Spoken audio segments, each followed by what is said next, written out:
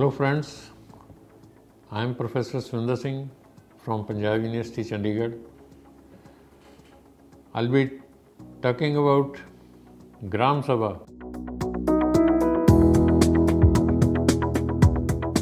which is a part of the paper State and Local Governance, Machinery and Processes. I'll be giving some inputs as far as the institution of Gram Sabha is concerned. This Gram Sabha, as the name suggests, is a body of people directly involved in it, or a body of or a village assembly, and it is generally regarded as the real grassroots democracy or real democracy at work. As far as our tradition is concerned in India, we always had a tradition of village assembly, and along with the tradition of Panchayats, Panchayat, 5 persons or a committee of villagers, village wise men or elders. This Gram Sabha, on the other hand, is a assembly of villagers, a direct democracy. It is generally regarded as a very significant institution to strengthen the whole system of local governance, particularly in rural areas. It is generally described that if Gram Sabha is working well, the whole system of Panchayati Raj will function very effectively. Now, before coming to its working and functions and other dimensions, we can little go back and talk about its position. Before the 73rd Amendment Act, there was some variations, although some acts provided for Gram Sabha, while in some states there was no actual or legal provision for Gram Sabha, but there was a tradition of working of Gram Sabhas. As I have pointed out that these are the institutions of real democracy and they strengthen whole of the Panchayati Raj system. There was always a suggestion for the state governments, and there was also a demand that this institution should be strengthened. Long back in 1963, Government of India appointed a committee, Diwakar Committee. It studied the whole working of Panchayati Raj setup and along with the system of Gram Sabha, and it made very good suggestions that this institution should be strengthened. There should be regular meetings. There should be it should be associated with panchayats. Sufficient functions and resources should also be available with the Gram Sabhas. However, for a long time, this institution was not working properly despite its importance, despite its recognized significance. It was only 73rd Constitutional Amendment Act that this institution of prime importance, prime democratic importance, that it got constitutional status. As a provision for the constitutional status, it was made compulsory to set up a Gram Sabha at the village level. Although it varies, its working and its setup varies from state to state, but this constitutional status, providing of this constitutional status to Gram Sabha was enough to pride it its deserving place, to provide it real strength and to empower it to work as institution of real governance or self-governance or real democratic or grassroots institution. Now, as far as the legal provisions are concerned, this body, Gram Sabha, is a body of village elders. Its area is called Sabha area. It may be constituted in one village or it may be for a group of villages. Because as far as legal provisions are concerned, in some states there are smaller Gram Sabhas, in other states there are bigger small Gram Sabhas. For example, at one point of time in Punjab, the villages with having just 100 of adult population, they were eligible to have their independent Gram Sabha. Now that level has been raised to 300. Still it is at the bottom. In Haryana, this range of population is 500. In Himachal it is 1000, whereas in Bihar and Karnataka and some other states like Assam it is 5 to 7000. So in that case, if there is not sufficient of population in one village, then a Sabha area is made constituting a group of villages. So for a Sabha area there can be only one village, or there can be 2, 3 or even 4 smaller villages. As far as its meetings are concerned, generally it is minimum 2 meetings per year. For example, Punjab and Haryana, in Punjab and Haryana it is Hari and Sauni along with crop seasons, Hari meeting and Sauni meeting. But there can be some extraordinary meetings also. Whereas the members of the Gram Sabha are those who are having their name in the voting list. That means all the adult members having their name in the voting list of that particular Gram Sabha area, they automatically become the members of the Gram Sabha. And the executive committee of the Gram Sabha is Gram Panchayat, and the head of Gram Sabha is Sarpanch. As far as the quorum of the meetings of Gram Sabha is concerned, generally it is 1/10. That if there are 300 members, then 30 is the quorum. If there are 400 members of a Gram Sabha, then or 500 members, then 50 is the quorum.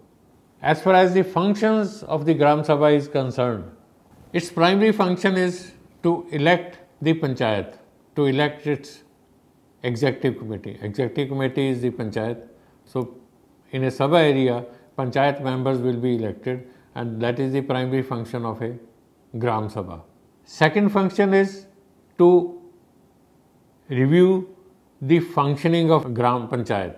That review takes place not directly under this title, but it will review its working through budget, through its functions which it has performed, and through the outcomes and through discussions and opinions of the people.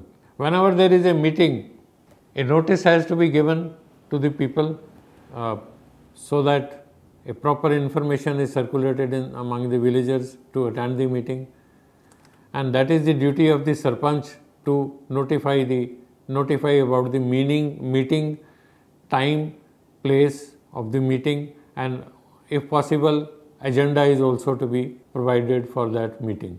There can be extraordinary meetings which a Sarpanch can call, but it is also a duty of Sarpanch to call the minimum number of meetings, and if subsequently 2 meetings are not held by the Sarpanch, he is liable to be suspended. He can be removed from his office if he is not calling the statutory meetings of the Gram Sabha. So in the meetings, all the members, they are required to participate, or at least those who are present, they are to participate. It is only the review of the working of the Panchayat or review of the budget of the Panchayat. Certain local matters are also discussed. The implementation of development programs which are to be undertaken in that particular areas, issues relating to that, they are also discussed.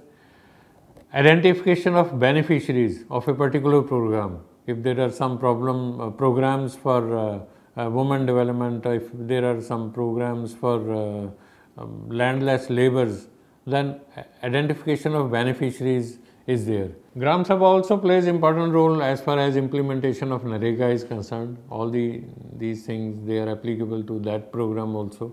Also, there is a provision in some states that Gram Sabha will help the Panchayat to identify voluntary force, self-help or Car Seva, whatever the name is used in different states. Gram Sabha will help in that also. Now, as far as these functions are concerned, these are legal functions which vary from state to state. But in actual practice, there is some variation. The institution of Gram Sabha is not working very well.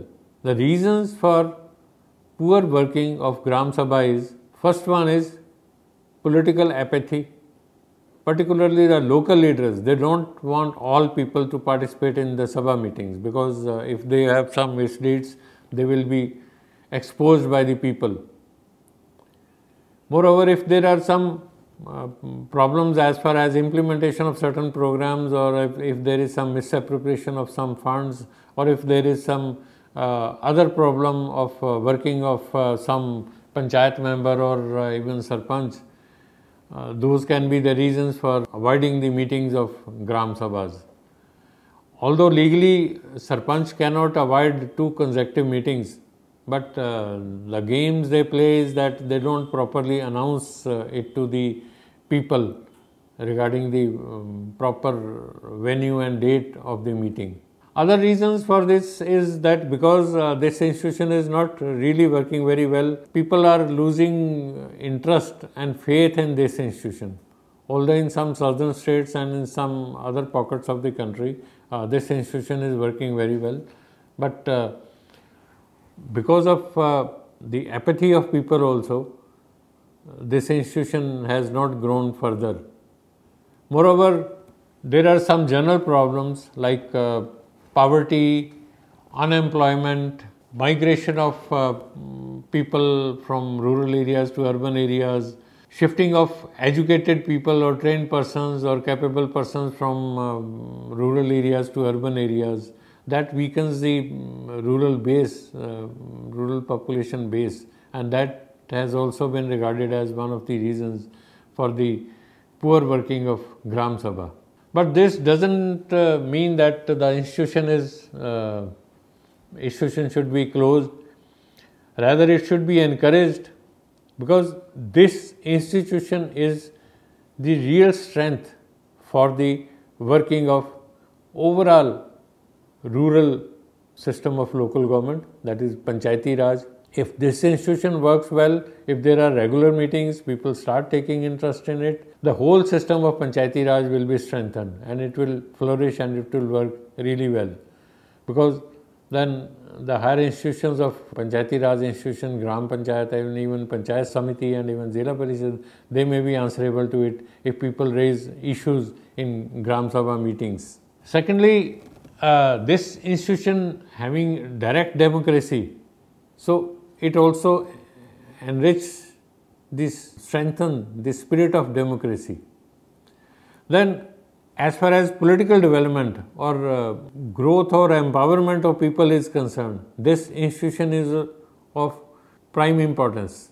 It really empowers people if people participate in it. If this institution works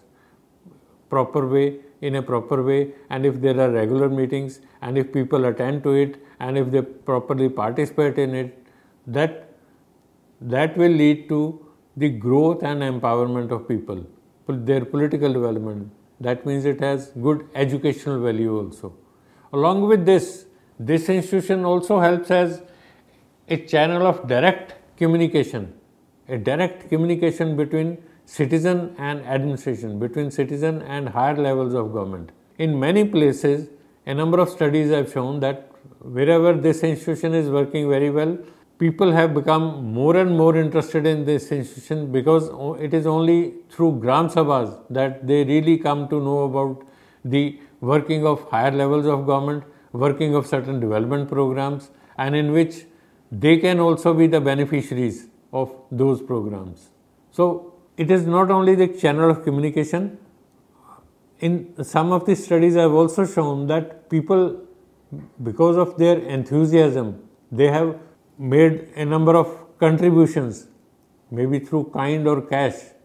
Some people have contributed financially also towards the working of rural institutions, and some other people, they have contributed in their voluntary labor or through their techniques. It may be relating to agriculture or small scale industries or general growth and development of village. So, after 73rd Amendment, the government has taken a real valuable step to provide it a constitutional status, and it is hoped that this institution will strengthen with the passage of time, and with the more and more awareness, with the participation of youth and with the expansion of education, this institution will flourish and this will further strengthen the spirit of democracy. Friends, with this I close my talk, and I hope you must have enjoyed some portions of my talk, and if you feel there are some gaps, you can fill up those gaps with the help of the text which is with you and the references given at the end of text. And also you can fill the gaps and you can further enrich this area by yourself exploring some other sources, some studies and some internet sources to fill the gaps. Thank you.